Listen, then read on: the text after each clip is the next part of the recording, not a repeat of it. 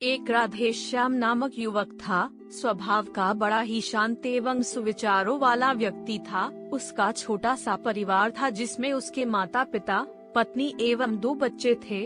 सभी से वो बेहद प्यार करता था। इसके अलावा वो कृष्ण भक्त था और सभी पर दया भाव रखता था। जरूरतमंद की सेवा करता था, किसी को दुख नहीं देता था। उसके इन्हीं गुणों के कारण श्री कृष्ण उससे बहुत प्रसन्न थे और सदैव उसके साथ रहते थे। और राधेश्याम अपने कृष्ण को देख भी सकता था और बातें भी करता था। इसके बावजूद उसने कभी ईश्वर से कुछ नहीं मांगा।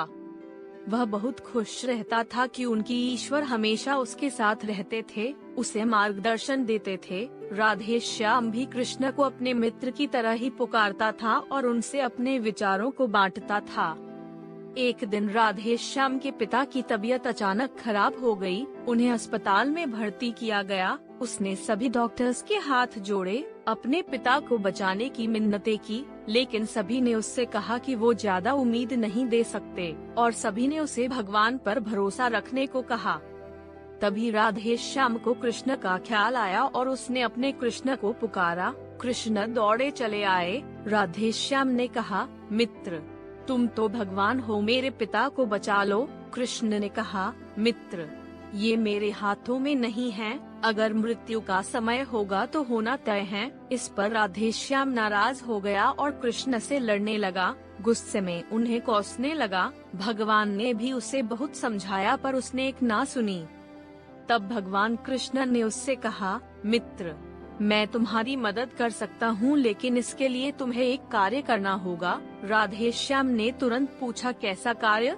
कृष्ण ने कहा, तुम्हें किसी एक घर से मुट्ठी भर ज्वार लानी होगी और ध्यान रखना होगा कि उस परिवार में कभी किसी की मृत्यु न हुई हो। राधेश्याम झट से हाँ बोलकर तलाश में निकल गया। उसने कई दरवाजे खटखटाए। हर घर में ज्वार तो होती, लेकिन ऐसा कोई नहीं होता जिनके परिवार में किसी की मृत्यु न हुई हो। किसी का पिता, किसी का दादा, किसी का भाई, माँ, काकी या बहन। 2 दिन तक भटकने के बाद भी राधेश्याम को ऐसा एक भी घर नहीं मिला।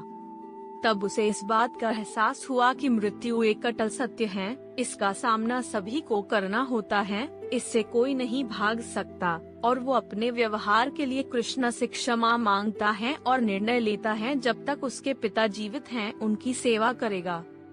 थोड़े दिनों बाद राधेश्याम के पिता स्वर्ग सिधार जाते हैं। उसे दुख तो होता है, लेकिन ईश्वर की दी उस सीख के कारण उसका मन शांत रहता है। दोस्तों, इसी प्रकार हम सभी को इस सच को स्वीकार करना चाहिए कि मृत्यु एक अटल सत्य है। उसे नकारना मूर्खता है। दुख होता है, लेकिन उसमें फंस जाना गलत है, क्योंकि केवल आप ही उस दुख से पीड़ित नहीं हैं, अपितु संपूर्ण मानव जाति उस दुख से रूबरू होती ही है। ऐसे सच को स्वीकार कर आगे बढ़ना ही जीवन है। कई बार हम अपने किसी खास के चले जाने से इतने बेबस हो जाते हैं कि सामने खड़ा जीवन और उससे जुड़े लोग हमें दिखाई ही नहीं पड़ते। ऐसे अंधकार से निकलना मुश्किल हो जाता है। जो मनुष्य मृत्यु के सत्य को स्वीकार कर लेता है, उसका जीवन भार विहीन हो जाता है और उसे कभी कोई कष्ट तोड़ नहीं सकता। वो जीवन के हर क्षेत्र में आगे बढ़ता जाता है।